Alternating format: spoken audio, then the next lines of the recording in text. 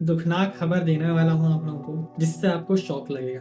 But बहुत सारे टेकी लोगों को पता होता है, बहुत सारे इनोसेंट लोग होते हैं आपकी तरह, जिनको नहीं पता होता है। बताना चाहूँगा कि आपके फ़ोन्स में दोस्तों बहुत सारे ऐसे एप्लीकेशंस होंगे, या फिर आप ना चाहते हुए भी गलती से कहीं ना कहीं से ऐड वगैरह देख के इंस्टॉल हो जाते हैं, अपने आप भी कभी कभार हो जाते हैं, सिस्टम उन्हें डाल देता है।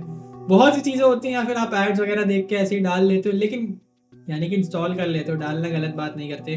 तो जो आपकी परमिशंस लेके रखते हैं, आपकी लोकेशन, आपका कैमरा, आपका माइक यूज कर रहे होते हैं, आपकी कॉन्टैक्ट्स वगैरह सारी चीजें यूज कर रहे होते हैं, सब रिकॉर्ड कर रहे होते हैं, आपको लाइव देख रहे होते हैं गाइस।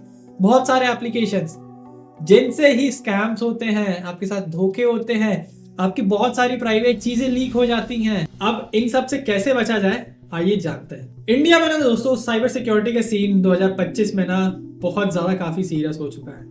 सीईआरटी इन हर महीने हाई रिस्क अलर्ट्स देता है, जैसे कि फेक लोन्स ऐप्स हो गए, फिशिंग लिंक्स हो गए, यूपीआई फ्रॉड्स हो गए और एंड्रॉइड वल्नरेबिलिटीज। आपके फोन का डेटा कितना सेफ है, ये आपके ऐप परमिशंस और यूसेज पर डिपेंड करता है। सबसे पहले पे आता है यहाँ पे फेक लोन ऐप्स का। सबसे डेंजरस, ये ऐप्स आपके कॉन्टैक्ट्स और गैलरी एक्सेस कर लेते हैं, बाद में ब्लैकमेल करते हैं, हैरेसमेंट करते हैं, एक्सटॉर्शंस करते हैं।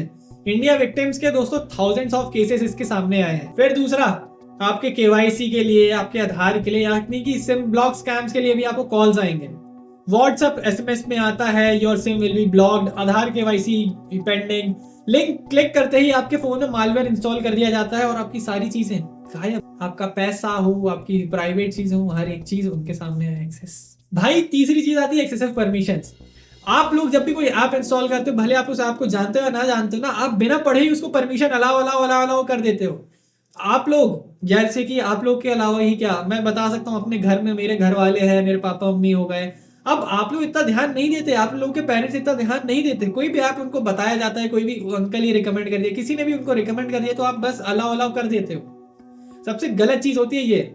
आप जानते भी नहीं हो आप कौन कौन सी परमिशन उस ऐप को दे रहे हो, और वो परमिशन आपका डेटा कैसे उठा सकती है, बैकग्राउंड में चलती रहेंगी और आपका डेटा उठाएंगे और आपके साथ ही स्कैम कर डाले। चौथा आता है दोस्तों यूपीआई फ्रॉड्स। बहुत से कॉल्स आते हैं यूपीआई फ्रॉड्स के लिए, मेरे पास भी बहुत आते हैं, दिन में एक दो आ जाते हैं। मैंने भाई एकदम पर्सनली एकदम ऐसी सिम ले ली है जिसका नंबर मैंने कहीं डाला ही नहीं है, और उसमें कॉल्स नहीं आते हैं सारी चीजों के लिए। फेक पेमेंट रिक्वेस्ट आएंगी, पेमेंट की पुल रिक्वेस्ट आएंगे, और क्यूआर कोड स्कैम्स होते हैं गाइस।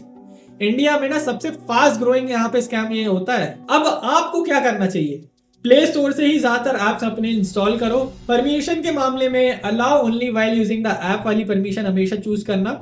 स्क्रीन शेयर कभी भी मत देना। यूपीआई में रिक्वेस्ट मनी पर कभी भी अप्रूव मत करो अगर आप वो मनी जानते नहीं हो कहां से आया है कहां से नहीं आया है। फोन को हमेशा अपडेटेड रखो, सॉफ्टवेयर अपडेट, सिक्योरिटी पैचेस जरूरी होते हैं। भले ही आपका फोन स्लो करेंगे, हाँ आपको इश्यूज ये भी आते हैं अलग अलग, बट फिर भी सिक्योरिटी अपडेटेड आपके फोन में होने चाहिए। डीपीडीपी एक्ट के मुताबिक आप किसी भी ऐप से आपका डेटा डिलीशन की रिक्वेस्ट कर सकते हो। हाँ अगर आप जेन्युइन है तो आपका डेटा डिलीट कर देगा। तो ऐसे और वीडियोस के लिए चैनल कर लो सब्सक्राइब और इंस्टाग्राम पेज को कर लो फॉलो, और सतर्क हो जाओ भाई।